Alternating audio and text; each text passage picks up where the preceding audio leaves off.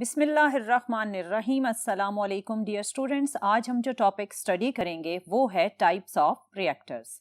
हमने 2 टाइप्स को डिस्कस करना है, जिनमें से फर्स्ट वन है थर्मल रिएक्टर और दूसरा है फास्ट रिएक्टर। तो चलिए स्टार्ट करते हैं और देखते हैं कि इन दोनों रिएक्टर्स में क्या डिफरेंस है।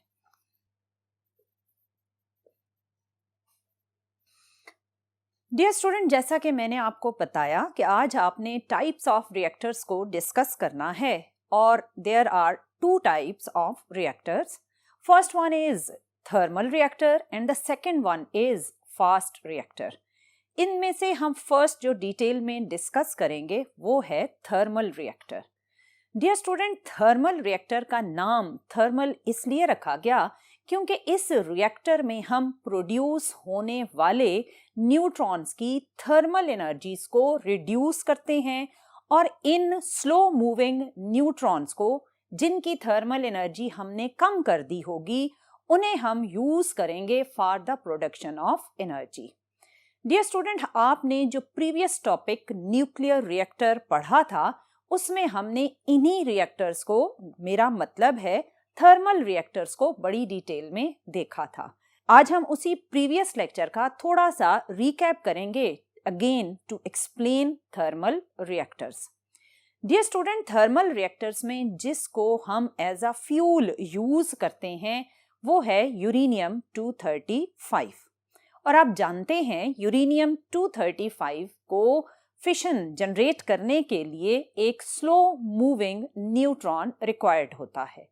सो डियर स्टूडेंट, इस थर्मल रिएक्टर के कोर में हम जो फ्यूल यूज करते हैं वो एनरिच्ड होता है इन यूरेनियम 235। इन यूरेनियम 235 फ्यूल रॉड्स को हम डिप करते हैं हेवी वाटर में और हेवी वाटर का यहाँ रोल होता है मॉडरेटर का। मॉडरेटर का मतलब है स्पीड ऑफ न्यूट्रॉन्स को मॉडरेट, स्लो करने वाली चीज।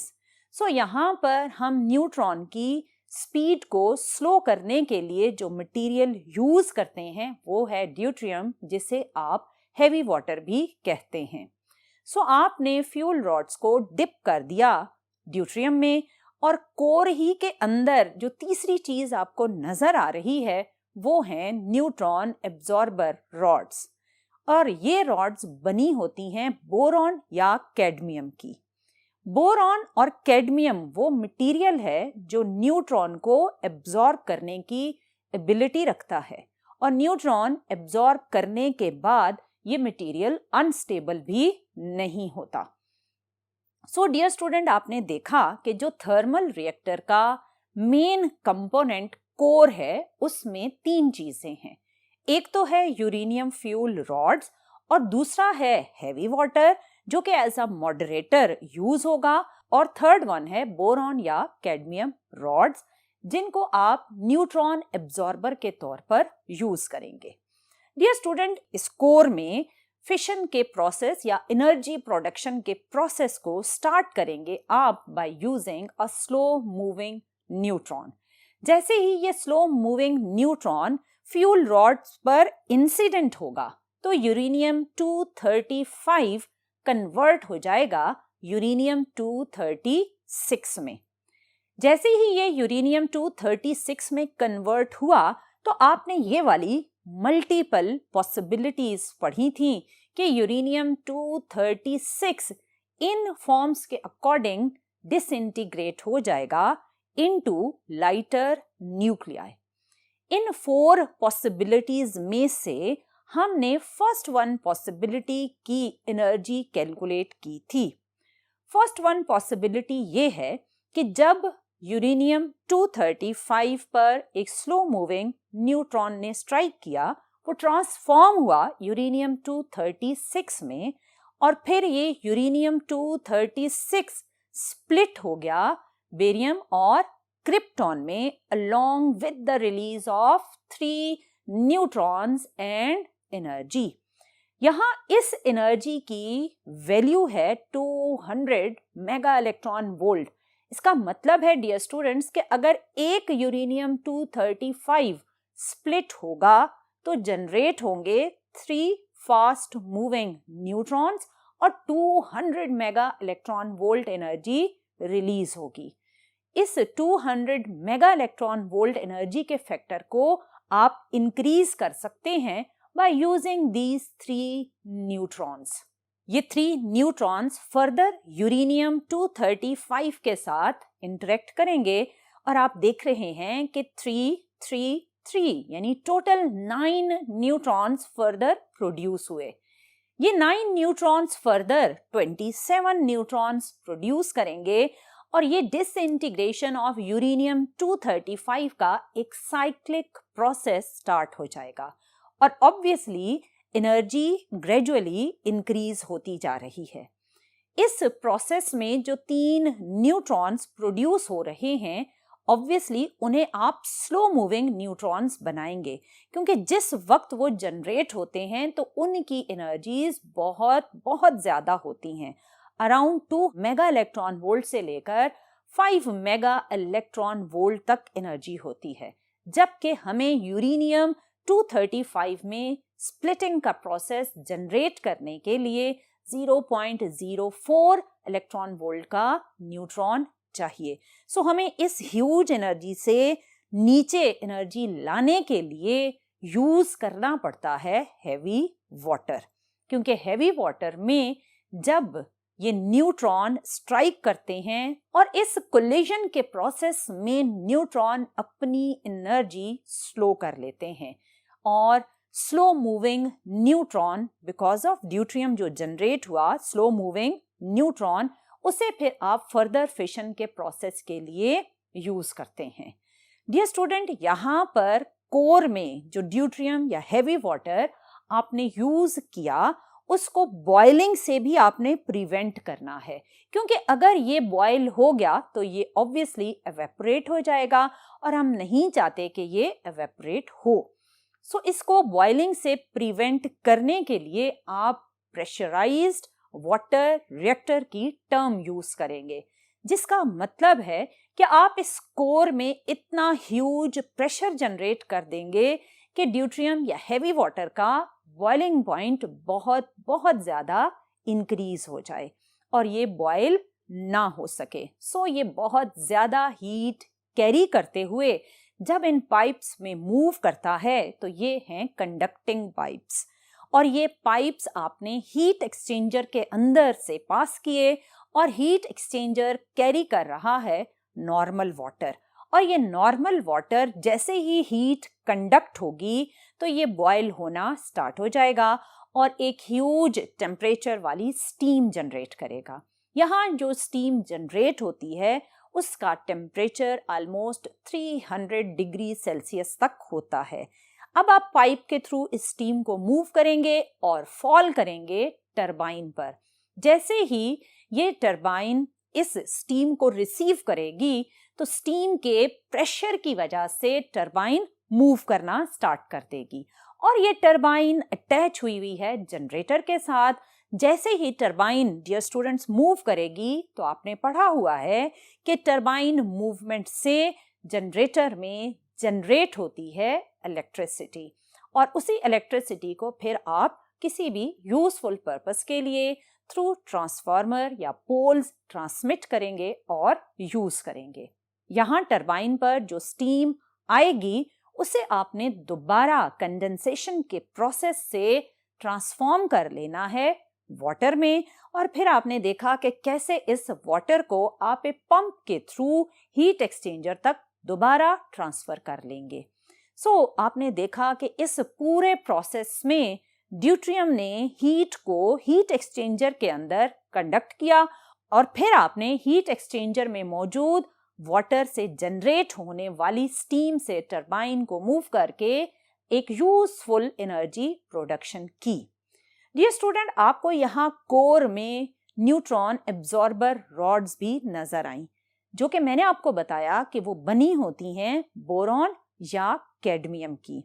आपने देखा कि किस तरह जब आप बोरॉन या कैडमियम रॉड्स को डिप करते हैं तो न्यूट्रॉन को ये एब्जॉर्ब कर रही हैं।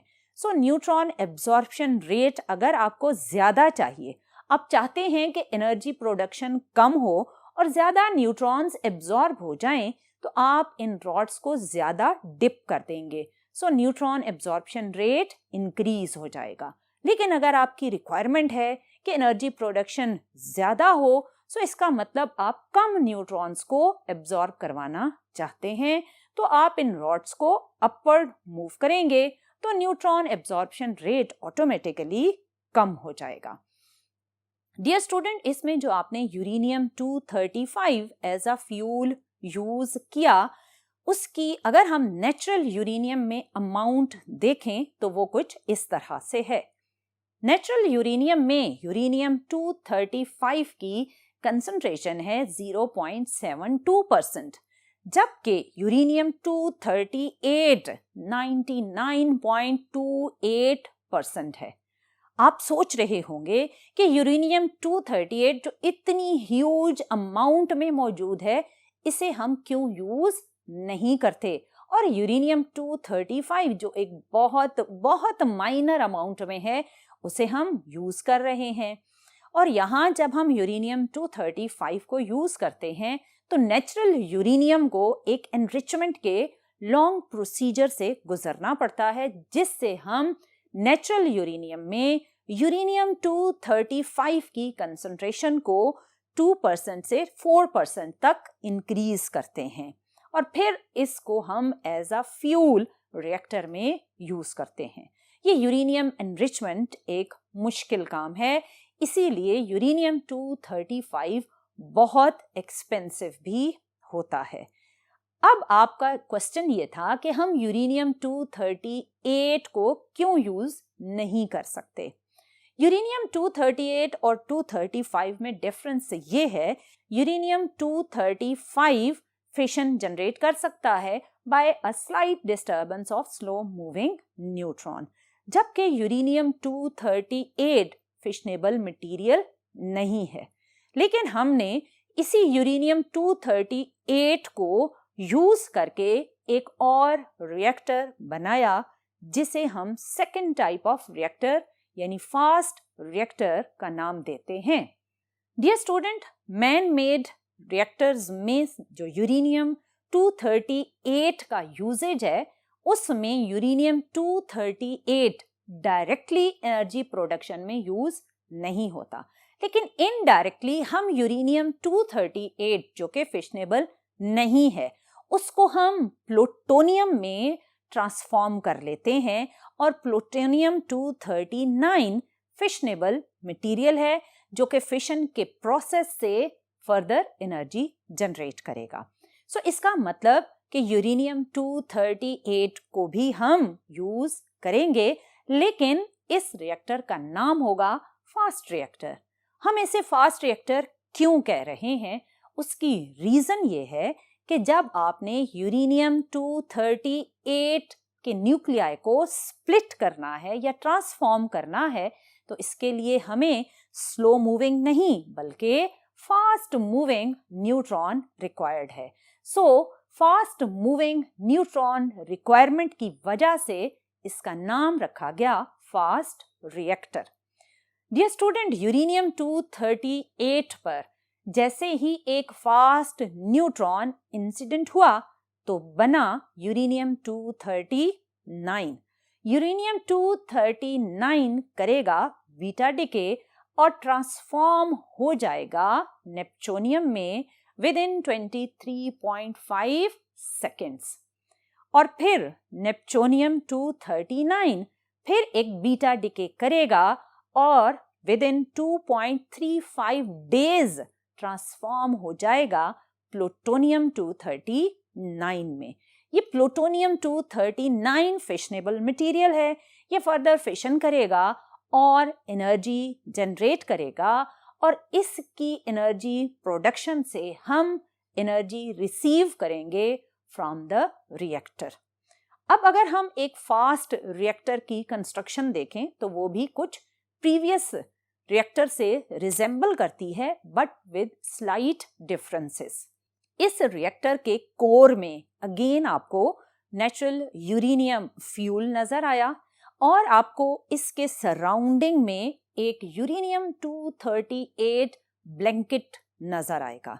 ये ओरिजिनल ब्लैंकेट तो नहीं है, लेकिन क्योंकि ये यूरेनियम 238 इसको कंप्लीटली कवर करता है सराउंडिंग में, इसलिए इसे यूरेनियम 238 ब्लैंकेट का नाम दिया गया। आप देख रहे हैं कि इस कोर में आपको सराउंडिंग में येलो ऑरेंज या येलो रेड कलर में एक लिक्विड नजर आ रहा है। ये है लिक्विड सोडियम।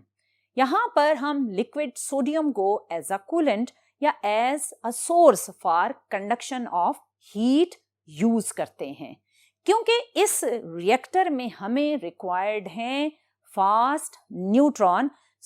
हमें यहाँ न्यूट्रॉन को स्लो करने के लिए heavy water as a moderator use करने की जरूरत नहीं है।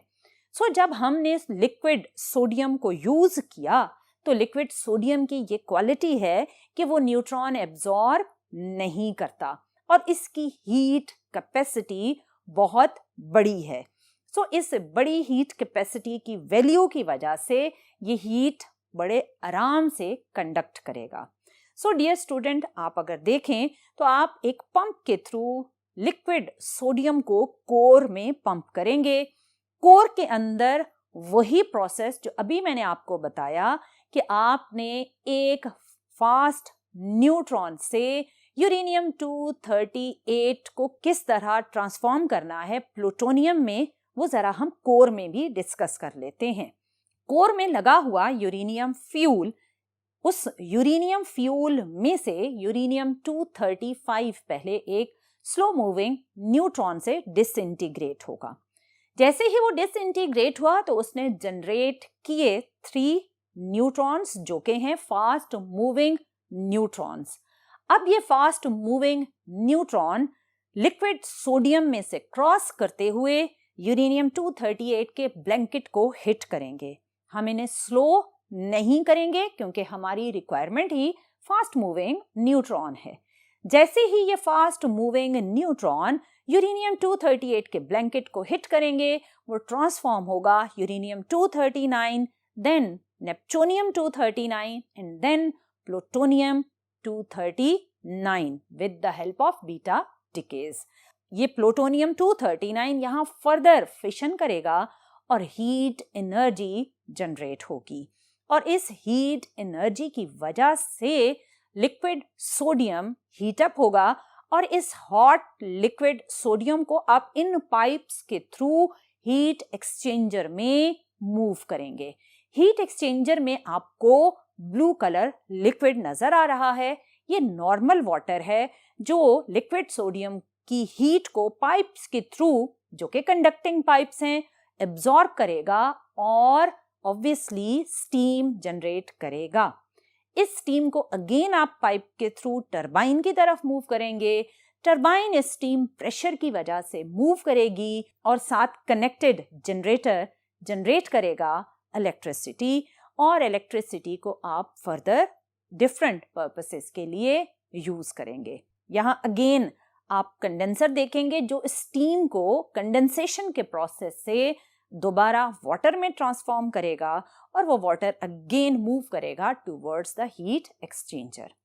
यहाँ पर जो हमने लिक्विड सोडियम यूज किया है उसका एक प्रॉब्लम भी है, और वो प्रॉब्लम ये है कि लिक्विड सोडियम अगर कहीं इस कोर में या हीट एक्सचेंजर में कहीं पर अगर कोई लीकेज है तो उस लीकेज की वजह से अगर लिक्विड सोडियम एयर के साथ इन कांटेक्ट आता है तो एयर के साथ इन कांटेक्ट आने पर ये बर्न होकर एक वाइट फोमी स्ट्रक्चर में कन्वर्ट हो जाता है, जिसकी वजह से आपके जनरेटर का या आपके रिएक्टर का सारा फंक्शन शट डाउन हो जाता है और ये रिएक्टर रुक जाता है। एक दफा इसी तरह लिक्विड सोडियम ने एयर के साथ इन कांटेक्ट में आने की वजह से रिएक्टर को रोक दिया, तो ऑलमोस्ट 10 to 14 years लगे उस रिएक्टर को दोबारा ओरिजिनल स्टेट में रिकवर करने के लिए। इसको यूज करते हुए बहुत ही केयरफुली यूज करना पड़ता है। डियर स्टूडेंट, इसमें कोर में आप प्लूटोनियम ऑक्साइड और यूरेनियम ऑक्साइड का मिक्सचर भी यूज कर सकते हैं। ऐसे रिएक्टर को हम कहते हैं मॉक्स रिएक्टर, जिसका मतलब होता है मिक्सचर ऑफ ऑक्साइड्स रिएक्टर। इसमें यूज होने वाला यूरेनियम ऑक्साइड, उसकी थर्मल कंडक्टिविटी बहुत कम होती है। क्योंकि उसकी थर्मल कंडक्टिविटी कम होती है, इसलिए कोर का टेम्परेचर बहुत ह्यूज अमाउंट में आप इंक्रीज कर सकते हैं और इस ह्यूज टेम्परेचर को फिर आप हीट एक्सचेंजर की तरफ मूव करवाएंगे और एक ह्यूज टेम्परेचर स्टीम जनरेट कर सकते हैं। डियर स्टूडेंट, इसमें जो आपका फास्ट रिएक्टर है, इसमें फ्यूल की अमाउंट हमें कंपेयर टू यूरेनियम 235 रिएक्टर बहुत ज्यादा रखनी पड़ती है। इसलिए यूरेनियम 238 का जो क्रिटिकल मास है कंपेयर टू यूरेनियम 235 ज्यादा रखना पड़ता है। ये तो था कि इसमें फ्यूल की रिक्वायरमेंट यूरेनियम 235 के कंपैरेटिवली कैसी होती है, लेकिन इसका हमें एक एडवांटेज भी है और वो ये कि फास्ट रिएक्टर्स में जो वेस्ट मटेरियल होता है उसमें ऑलमोस्ट सारे फिशन के प्रोसेस को वेस्ट मटेरियल में से रिएक्टर यूज कर लेता है। सो रिएक्टर में जो वेस्ट बचता है उसमें रेडियो एक्टिविटी का फैक्टर बहुत कंपैरेटिवली यूरेनियम 235 वाले रिएक्टर के कम होता है। सो इसका वेस्ट उतना डेंजरस नहीं होता जितना यूरेनियम 235 या थर्मल रिएक्टर का था। डियर स्टूडेंट, ये तो थे कि आपके यूरेनियम 235 को यूज करते हुए जो थर्मल रिएक्टर है वो, और यूरेनियम 238 को यूज करते हुए फास्ट रिएक्टर में क्या डिफरेंस थे। डियर स्टूडेंट, दोनों ही रिएक्टर अपनी अपनी जगह पर एनर्जी प्रोडक्शन के लिए यूज होते हैं with slight differences. Dear student, ये तो थे कि किस तरह रिएक्टर की 2 टाइप्स को आप डिस्क्राइब करेंगे। इंशाल्लाह आने वाले लेक्चर में मजीद रेडियो एक्टिविटी, फिशन और फ्यूजन से रिलेटेड टॉपिक्स को हम डिस्कस करेंगे। बट टिल देन, अल्लाह हाफिज।